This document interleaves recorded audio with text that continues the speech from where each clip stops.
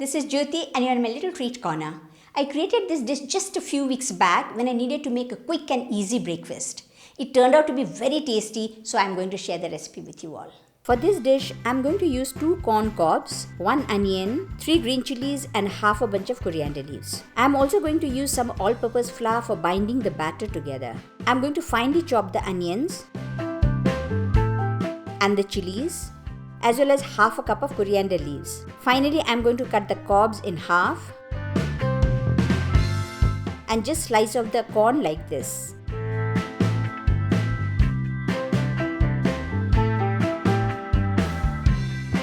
And blend it into a slightly rough paste.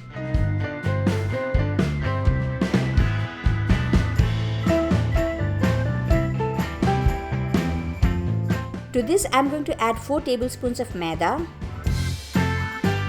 the onions, the chilies, the coriander leaves, 1.5 teaspoon of salt,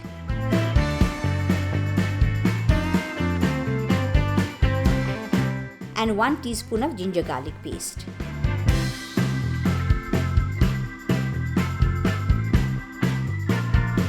We don't need water in this as corn milk is sufficient to make the batter. If you feel that the batter is thinner, then you can add some more maida as water content varies from corn to corn. To make the Gilo Roti, I am going to apply some oil onto the tawa. Put 2 big spoons of the batter.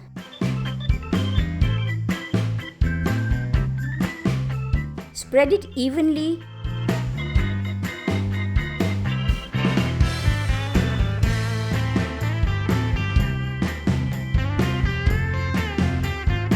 And let it cook completely on the bottom side before flipping it over.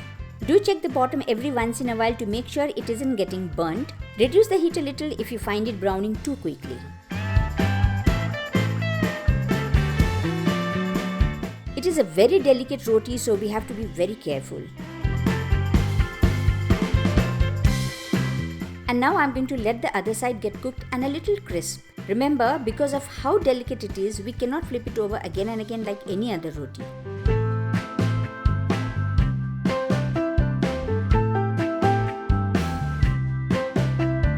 I feel like this side is still a little soft, so I'm going to flip it over and let it roast a bit more.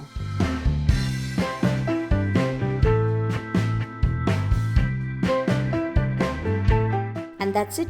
That's all there is to it.